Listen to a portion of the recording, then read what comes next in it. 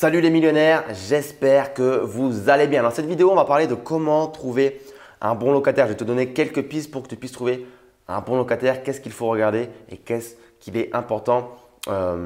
Voilà, qu'est-ce qu'il faut regarder tout simplement finalement. Avant qu'on commence cette vidéo, comme d'habitude, boum, bouton abonner. Tu t'abonnes immédiatement s'il te plaît. Et également, lis bien la barre de description puisque j'ai deux cadeaux pour toi. Premièrement, mon livre papier, des bancs de la fac à l'indépendance financière. Je te l'offre, c'est pour toi. Tu payes les frais de port et ça arrive directement dans ta boîte aux lettres.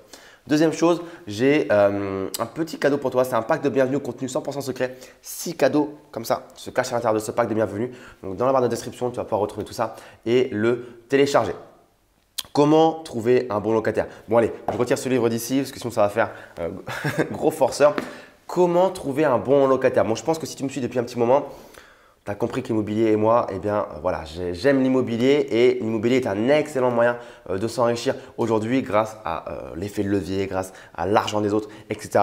Et le nerf de la guerre dans un investissement immobilier, c'est à la fois le financement bancaire, mais c'est également le fait de trouver des locataires. Parce que s'il n'y a pas de locataire, il n'y a pas de rentrée d'argent. Et c'est quand même, ça serait embêtant d'avoir un bien qui est là, qui est rénové, qui est beau, qui est tout propre, mais sans locataire à l'intérieur. Donc, c'est excellent de trouver, c'est excellent, il faut trouver un très très bon locataire, idéalement le meilleur possible. Le souci également de nombreux investisseurs, c'est qu'ils oublient de prendre en compte qu'un locataire, c'est cool, on en trouve un, on le met en place, on nous paye son loyer. Je l'espère, en tout cas c'est le but, mais il faut toujours prendre en compte la vacance locative. Beaucoup d'investisseurs oublient d'anticiper ce genre de choses dans leur calcul de rentabilité et de cash flow prévisionnel. C'est que un locataire potentiellement, il ne va pas passer 40 ans dans votre appartement pour des raisons X ou Y. Ça peut arriver, on a tous connu ou entendu des histoires de la Josette, 93 ans, qui ne veut pas partir de son appartement. Ça fait 40 ans qu'elle est là, elle ne veut pas partir, elle veut rester là. Bon ok, le problème c'est que son loyer on ne l'a jamais révisé, mais bref, je suis en train de m'égarer. Mais voilà, il faut retenir que son locataire, potentiellement, il va rester 1 an, 2 ans et que le temps de retrouver un nouveau locataire, il va y avoir ce qu'on appelle de la vacance locative. Donc, très important à prendre en compte dans les calculs de rentabilité. Mais comment trouver un bon locataire? C'est le cœur de cette vidéo aujourd'hui. Tout d'abord, il faut définir le profil du locataire idéal. Que ce soit pour un investissement en saisonnier, un investissement en colocation, un investissement en meublé étudiant, en investissement en ce que tu veux, en parking ou n'importe quoi, eh bien, le profil du locataire ne sera pas le même. Par exemple, dans un T5, tu mets généralement une famille. Dans un studio, tu mets généralement un étudiant. Tu ne mets pas une famille dans un studio, sinon c'est un petit peu bizarre, ou tu t'appelles un marchand de sommeil. Et ce n'est pas ce que je te souhaite d'être. En saisonnier haut de gamme, tu vas mettre des clients étrangers. En colocation, tu mets des jeunes actifs ou des étudiants. Bref, pour chaque typologie de bien, tu as un type de locataire, un profil de locataire idéal. Donc, ça, c'est important de définir le type de locataire. Ensuite, tu dois trouver des locataires qui vont pouvoir occuper le bien immobilier le plus longtemps possible. C'est-à-dire que moi, ce que j'aime bien faire, c'est leur demander, ok, voilà, ça paraît être normal déjà de se renseigner un minimum sur le locataire, c'est leur demander, ok, tu fais quoi dans la vie, tu fais des études de quoi, combien de temps tu penses rester dans l'appartement, tu es en quelle année?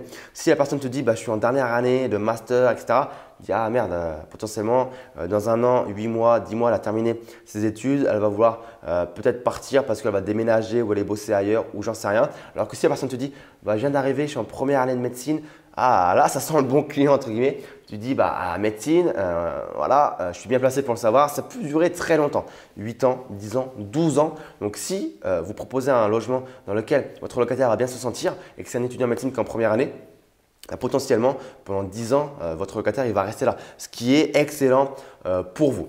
Ce qui est marrant, là je te disais à l'instant que c'est un pari normal de se renseigner sur son futur locataire. Ce qui est marrant en Estonie, c'est que où j'habite, où je suis expatrié si tu ne le sais pas, eh bien c'est que les propriétaires ici, ils ne te demandent pas ce que tu fais dans la vie quasiment. Moi, à chaque fois que je fais des visites d'appartements ici, ils me demandaient, parce que je suis locataire ici en Estonie, eh bien ils me demandaient pas du tout ce que je faisais dans la vie. C'est ça qui est surprenant. Mais en fait, c'est facilement compréhensible et ça va être une façon pour moi de rebondir sur le prochain point. C'est qu'en Estonie, si tu ne payes pas ton loyer, eh bien c'est très très simple. Tu prends ta valise et tu es dehors. Et il n'y aura pas de trêve hivernale, il n'y aura pas de délire, de procédure judiciaire ou de je ne sais quoi.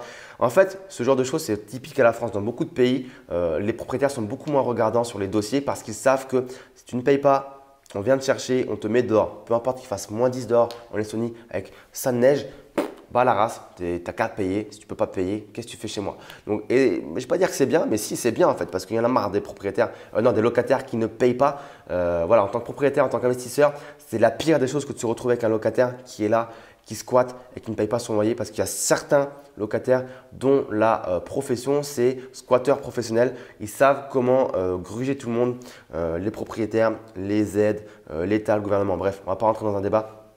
Mais voilà, c'est pour ça que c'est important également de choisir un locataire qui va être en mesure de s'acquitter de ses loyers en temps et en heure sans devoir réclamer tout le temps pour son loyer, qu'il fasse un virement permanent automatique et c'est terminé. Et également un locataire qui va être en mesure d'entretenir le bien comme il se doit. Voilà, quand on habite quelque part, c'est un minimum de faire les réparations courantes, de remplacer un petit truc s'il faut. Ça, c'est normalement à la charge du locataire en France. Et beaucoup de locataires, parce qu'ils ne veulent pas dépenser de l'argent pour l'entretien de leur habitation et parce que ce n'est pas chez eux officiellement, ils ne sont pas propriétaires, ils ne vont pas le faire. Donc, c'est important de trouver un bon profil de locataire.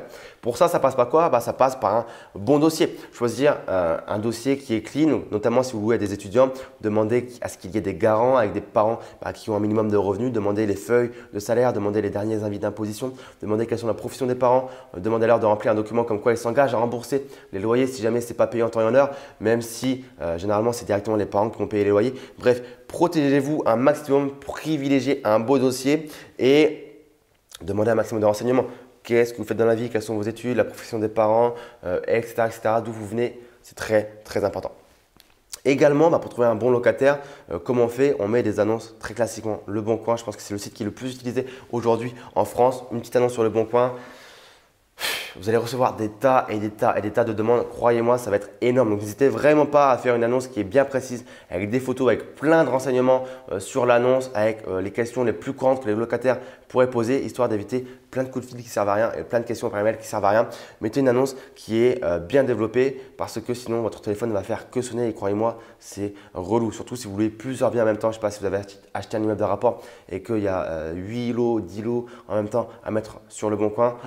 Entre tous les appels que vous allez recevoir pour les différents lots potentiels, vous allez littéralement vous perdre. Si justement cette étape, elle vous saoule, ce que je peux comprendre, parce que faire de la gestion locative, c'est cool au début, parce que c'est les premiers appartements, mais après ça devient relou parce qu'il faut faire des contrats, tu as le mec qui dit je te le prends et au final il ne te le prend pas parce qu'il te la met à l'envers bêtement, tu as le mec… il n'est pas à l'heure, il annule au dernier moment, c'est relou. Donc dans ce cas-là, ce que tu peux faire, c'est déléguer ça aux agences immobilières, au service de gestion des agences immobilières. Elles vont te faire ça à ta place. Trouver les locataires selon des conditions de dossier, des conditions comment dire, d'éligibilité pour les personnes qui veulent louer ton appartement et elles vont s'occuper de faire les contrats moyennant forcément finance derrière. Mais c'est clairement une solution quand on commence à scaler et qu'on n'a plus trop envie de faire de la gestion locative sur son parc immobilier. Également, ce qui peut être intéressant, c'est de faire du bouche à oreille pour trouver un locataire. Finalement, c'est une excellente façon de trouver un bon locataire parce que voilà, faut faire attention. Moi, j'ai déjà des amis qui m'ont envoyé des emails, des messages pour me dire ouais, Raph, t'as pas un appartement sur telle ville pour moi ou pour une pote à moi. Et là, je préfère éviter parce que relation ami-ami, potentiellement, c'est ce genre de situation où la personne elle est trop à l'aise, où elle va se dire bon, le propriétaire c'est mon pote, allez, je vais lui payer son loyer, allez, avec un peu de retard, 5 jours, 10 jours, on va rien dire, c'est mon pote. Et c'est comme ça qu'on instaure des climats qui ne sont pas forcément top. Mais un bon bouche à oreille, ça serait quoi? C'est par exemple un jour où j'ai loué un des appartements que j'avais, que j'ai toujours en saisonnier à des clients qui étaient espagnols. Et là, les clients espagnols disent à mon gestionnaire qu'ils recherchent en fait un appartement pour leur fils. Ils sont là justement dans ce cadre-là parce que leur fils va venir faire des études ici en France. Le gars était de Malaga, je crois, en Espagne. Et là, le gestionnaire m'appelle, il me fait ouais, Raph, là, les clients que tu as dans l'appartement en ce moment, ils recherchent en fait un logement pour leur fils. Est-ce que tu n'auras pas quelque chose? Ils m'ont demandé de te demander. Et puis, c'est vrai que potentiellement, tu as quelque chose. Et là, je leur ai dit ça tombe parfaitement puisqu'en ce moment, j'ai un studio, un meublé étudiant à louer. C'était pile dans la période d'été, entre juillet et août, donc pile où le logement s'était libéré. Et dans la foulée, le lendemain ou la soirée, on allait faire la visite du bien, du studio. L'Espagnol était ravi, ça lui convenait parfaitement et pour les parents c'était une sécurité parce que ils me connaissaient, ils avaient vu que l'appartement où ils séjournaient en saisonnier c'était clean, c'était réglo, que tout était propre, qu'on répondait vite aux messages, que c'était sérieux, qu'il y avait un gestionnaire en plus et que voilà, il n'y allait pas avoir de problème avec ce studio là parce que de toute façon s'il y avait le moindre problème ils pouvaient me joindre et on était réactifs. Donc le bouche à oreille dans ce cas là c'est vraiment quelque chose qui est excellent parce qu'on peut trouver des locataires facilement et qui sont safe et ça arrange tout le monde. Donc voilà, en tout cas ce qu'il faut retenir c'est que choisir un bon locataire c'est quelque chose de primordial parce qu'on a tous pas envie de se retrouver avec des litiges avec un locataire avec qui on ne s'entend pas, qui ne paye pas, qui dégrade bien, etc. Donc n'hésitez pas à mettre des filtres à la location. Malheureusement, voilà, il y a toujours un long débat, vous pouvez le faire dans les commentaires si vous voulez. Est-ce que c'est de la discrimination quand on refuse quelqu'un qui n'a pas un certain nombre de revenus ou qui n'a pas de métier ou qui est au chômage? Il y a des fois des gens qui m'appellent et qui me disent « Ouais, bah, je suis au chômage, j'ai pas de métier, mais je suis en train de rechercher. » Je leur dis bah, « Je suis désolé, malheureusement, là, ça va pas être possible. Moi, ce n'est pas un dossier qui m'intéresse parce que bah, tu n'es pas un bon client pour moi. Moi, c'est trop risqué. Si tu n'as pas de revenus, comment je vais m'assurer que tu payes le loyer? Ouais, mais j'ai des garants, mais mes garants, ils gagnent que 1200 euros. Bref, c'est des dossiers qui ne sont pas rassurants pour un propriétaire. Ce que le propriétaire, c'est que s'il n'y a pas de paiement de loyer, malheureusement en France, il ne faut pas compter sur la justice. Ça va être très très long et généralement, on n'aura pas gain de cause. Ce qui va se passer, c'est que le locataire va partir loin et toi, tu vas juste récupérer ton bien, mais tu n'auras pas eu les loyers, tu n'auras pas eu des dédommagements parce que le locataire n'est pas en mesure de payer. Donc la seule solution en France quand on a des impayés, c'est d'envoyer une équipe de Tchétchènes et malheureusement, ça peut aussi pas forcément bien se passer où tu démontes la porte ou voilà, on ne va pas rentrer dans ce genre de stratégie. Malheureusement, certains investisseurs le font. Je connais des investisseurs qui l'ont fait parce que c'était abusé au niveau de ce qui se passait dans leur bien immobilier. Et malheureusement, la seule solution, ça a été de soit venir d'enlever la porte. Et vu que c'est des profits de locataires qui n'ont pas d'argent et qui ne peuvent pas payer, malheureusement, ils n'ont pas d'autre solution que de se barrer parce que si la porte n'est plus là, c'est gênant. Ou s'il n'y a plus de chauffage ou des choses comme ça, c'est gênant si c'est en plein hiver. Bon voilà, je ne suis pas en train de dire qu'il faut arriver à ce genre de situation. Moi, j'aime bien dire également qu'on a le locataire qu'on mérite. C'est-à-dire que si on propose un bon bien à la location, eh bien, il n'y a pas de raison qu'on se mette plus à ne plus payer. Mais malheureusement, des fois, il y a des choses qui peuvent un petit peu dégénérer. Bref, également, oui, petit point sur les assurances, loyers impayés, les GLI, les garanties loyers impayés. Moi, je ne suis pas fan, comme je viens de te le dire. Généralement, j'aime bien dire qu'on a le locataire qu'on mérite. Donc, si tu as des biens à la location qui sont potables, tu as des locataires qui sont potables et qui payent en temps et en heure. Donc, voilà un petit peu mon avis sur les GLI. J'espère que la vidéo elle t'a plu. Mets-moi un gros pouce bleu si tu as aimé. Commente-moi dans les commentaires. Dis-moi ton avis. Qu'est-ce que tu penses justement de la justice vis-à-vis des loyers impayés, vis-à-vis de la protection, de la surprotection des locataires? Qu'est-ce que tu en penses par rapport aux voisins européens qui ne sont pas forcément comme ça? Partage la vidéo également et également si tu souhaites investir dans l'immobilier et apprendre comment trouver un bon locataire. Là forcément je ne t'ai pas tout dit de A à Z parce que je ne peux pas tout dire dans une vidéo YouTube. Mais si tu souhaites investir dans l'immobilier de A à Z, apprendre à comment trouver une bonne affaire, la financer, mettre un locataire dedans, avoir du cash flow positif, gérer les travaux, gérer chez le notaire, gérer chez le comptable, gérer toutes les étapes d'un bien immobilier, d'un investissement immobilier. Clique dans la barre de description, le programme s'appelle l'école de vie financière, tu as tout un module qui est dédié à ça et tu vas retrouver toutes les informations dans la barre de description. Je te remercie de m'avoir écouté, je te dis à très vite pour une prochaine vidéo. Ciao, ciao.